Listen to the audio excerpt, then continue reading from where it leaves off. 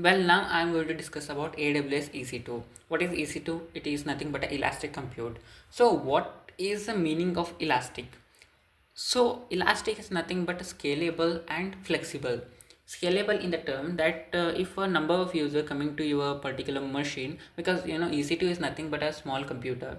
That computer has its own operating system. I have previously discussed about these all things in what is cloud.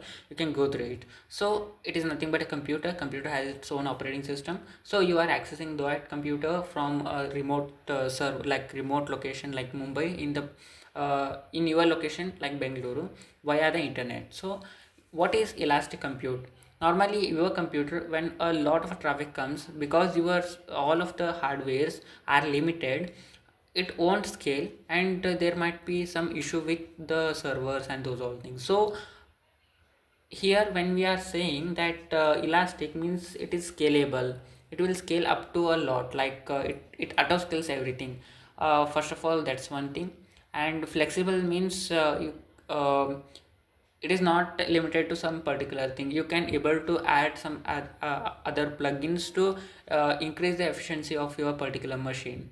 And these virtual servers what I'm talking, which we can able to access over the internet, are termed as instances. So we call it as easy to instance, elastic compute to instance. Okay. uh, these are cost efficient because you don't need to add much of the things to these all things. And what are the EC2 features? It is scalable, as I already said. It is, we can able to scale up or scale down as according to the traffic what we are expecting for that particular EC2. If you are deployed application, let's consider a Spring Boot application that is getting a lot of request, and you are dealing with that request, it is scalable, not like your hardware.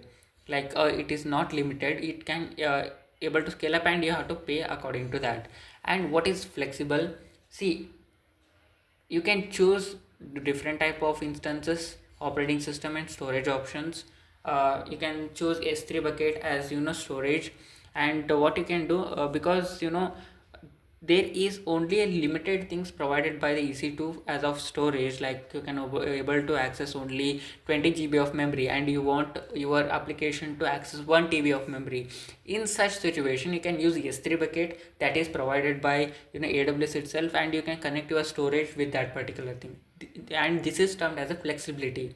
You can able to add some another plugins to your application to enhance your application. That is what EC2 provides. Cost efficiency, because you go for pay as go model. You do not purchase a bundle of service and after that you go for it. No, it is not like that. You will pay for all those resources what you are using. And reliability, yes, we can reliable on these services because these services are available all over the world in different situation. In India it is available in Kolkata and Mumbai and different those are all things. And in South America it is available in Sao Paulo, and in North America also in different location it is available. In Europe also it is in different location it is available. In Asia Pacific also it is available in a lot of regions. Therefore reliability become it is for granted, because it won't go down because of availability zones. So these are the different types of EC2 instances what are available for our operation: general purpose, compute optimizer, memory optimizer, storage optimizer, and accelerated computing. What is general purpose? If I'm deploying a small application that doesn't require a huge computation, a very simple Python application or Flask application that is doing some work, for those things you can use the general purpose. And what is compute optimizer? If your particular application is using a lot of compute resources, then you can go for the compute resources. What are the compute resources? See, uh, normally there are some applications. For example, let's consider your backend is using some Flutter or Dart based backend that is using a lot of compute resources, because it is a GUI based application. Therefore it is using a lot of things. In such situation you can use a compute optimizer. In fact, your Windows is also compute optimizer, because you are managing a lot of things via graphics. so it is intense, compute intense. For such thing you can use compute optimizer EC2 instance. Memory optimizer, see, when you are dealing with any of the data related operations, like you are using the Tableau or data warehouse, or you are dealing with a lot of data and cleaning up that data, organizing that data and utilizing that data, it requires a huge format of memory. To use such memory you can use a memory optimizer EC2. Then what is a storage one?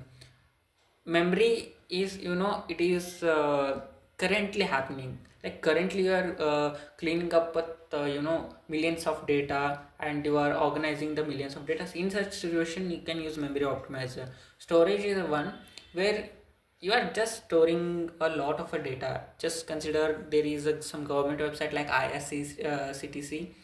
There are a lot of passengers who daily come daily and buy the ticket over there. That might go to 2 million or 3 million. When your users are to that up to that mark, then you have to use storage optimizer. In fact, leave it aside, consider the YouTube. Considering the YouTube, there are a lot of people who are uploading a lot of videos on the daily basis. In such condition you have to have a storage optimizer EC2 instance. If you are dealing with a lot of files, lot of videos, audio and file structures, and a lot of things that are very much storage is required. In such situation you can use storage optimizer. What is accelerated computing? Machine learning, anything related to the graphics, like you are developing some uh, games or machine learning project. For that you can use the accelerated computing. And after this thing, what are the key components of EC2? So EC2 is, it will come up with some Amazon machine image. This is different for different regions. This is a pre-configured template, like what all your particular EC2 machine has to contain, what all RAM it has to contain, what are the CPU it has to contain, what are the GPU it has to be built in. And these all are the configuration that are previously present, are defined by the Amazon machine image. So instance type, we have previously discussed about that. What you choose as according to your configuration of CPU, memory and storage will be. And elastic block store, it will provide some inbuilt storage that are required for dealing with your machine. And you have security groups. Your EC2 instance can be used locally via the remote internet, but the thing is that to use it in your local system, to use some of local hosts that are particularly for that IP address, you can able to provide security groups. You can able to assign what type of internet protocol are we using, whether it is IPv4 or IPv6, and what are the custom traffic what we are expecting, or the all traffic we are expecting. We can configure these all things in security groups. And we have the elastic IPs. It normally provides static IP. Static IP are normally costly. Dynamic IP are not that costly, and it will provide dynamic IP also to reduce the cost. And these are the things that we are going to go for in the EC2 instance. Thank you.